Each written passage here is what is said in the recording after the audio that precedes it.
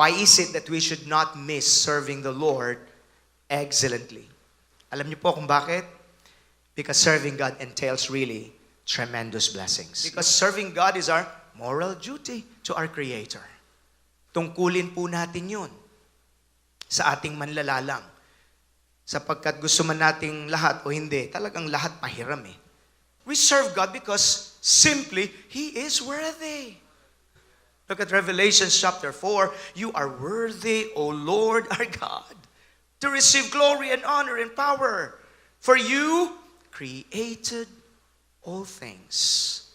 And they exist because you created what you pleased. We can never miss serving God. But everyone will have a choice.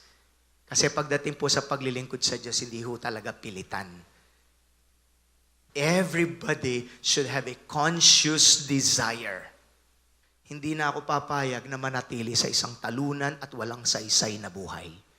Nais ko yung buhay na makatuturan, buhay na may layunin, buhay na may direksyon, buhay na pinagpala ka na sa mundo, mayroon ka pang katiyakan sa kabilang buhay sa eternidad. Purihin ang Panginoon!